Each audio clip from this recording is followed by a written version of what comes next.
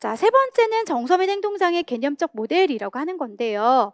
개념적 모델을 쓰시오라고 하기도 하고 이론적 관점을 쓰시오라고도 문제가 출제가 됐었습니다. 그런데 큰 범위 안에서 보면 이 5가지 모델이라고 하는 것들을 저희가 굳이 뽑자면 3가지, 2가지로 나눌 수 있다는 거죠. 특히 신체 생리학적 모델, 심리 역동적인 모델, 인지적 모델이라고 하는 것은 이 아이 스스로의 문제가 있기 때문에 정서 및 행동장애라고 하는 것으로 보는 거고, 예를 들면 행동주의 모델이라든지 생태학적 모델이라고 하는 것은 환경과의 영향을 받으면서 학습이 되었거나 환경 자체가 문제인 것으로 외적이라고 하는 변인으로 바라본다라고 했습니다. 그 중에서도 신체 생리학적 모델이라고 하는 건 타고난 성향이 대표적인 원인이에요. 그래서 나는 누군가가 나를 건드렸을 때 어떤 왜 그러는지 무심코 넘어갈 수 있지만 이 건드린 게 신경질을 불렀고 짜증을 부렸고 왜 그래? 라고 친구에게 이렇게 행동을 보일 수 있죠. 이건 나의 성향인 거예요. 까다로운 그런 기질인 거잖아요. 그래서 대부분 이렇게 기질이라든지 아니면 유전적인 영향, 이렇게 쭉 가족 유전적인 거라든지 뇌에서 분비된 이런 호르몬의 영향을 받는데, 특히 우리는 기질과 영향을 많이 설명하고 있고,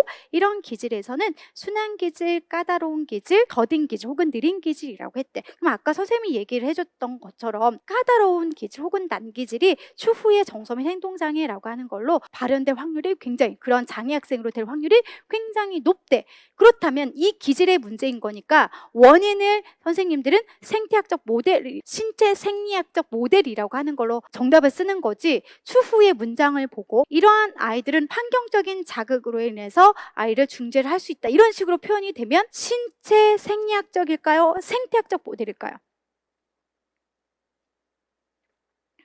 신체 생리학적이라고 했잖아요. 왜요? 원인을 반드시 봐야 된다. 어차피 우리가 까다로운 기질 아이는 자라면서 당연히 중재하는 건 당연한 거거든요. 자극을 이렇게 해도 괜찮아, 쳐다보지라고 말면 되지, 뭐가 문제야, 이런 식으로 아이에게 가르치면 되는 거죠. 그래서 환경적 자극 여기에 꽂혀서 생태 이렇게 보면 절대 안 된다라고 제가 여러 번 강조를 해드렸습니다. 그럼 이렇게 원인을 가지고 있는 아이들에게 내가 중재라고 하는 것은, 즉 교사 입장에서 중재는 따로 있진 않아. 대부분은 전문가의 도움을 받아야 되기 때문에 의사라든지 언어치료사, 대부분 약물치료, 언어치료가 될 수도 있고 혹은 심리요법이 필요한 아이들도 있을 수가 있대. 그럼 이러한 경우에는 교사가 그럼 해야 되는 건 뭘까? 당연히 행동의 변화가 나타나는지 아닌지 관찰할 필요도 있고, 약물을 복용했을 경우는 부작용이 있는지 아닌지도 살펴봐야 돼. 이게 1번이라고 했고요. 하지만 이런 과정에서도 아이에게 필요하다면 자기통제라든지 사회적인 기술을 교사가 가르칠 수는 있는 것이다 라고 말씀을 드렸습니다.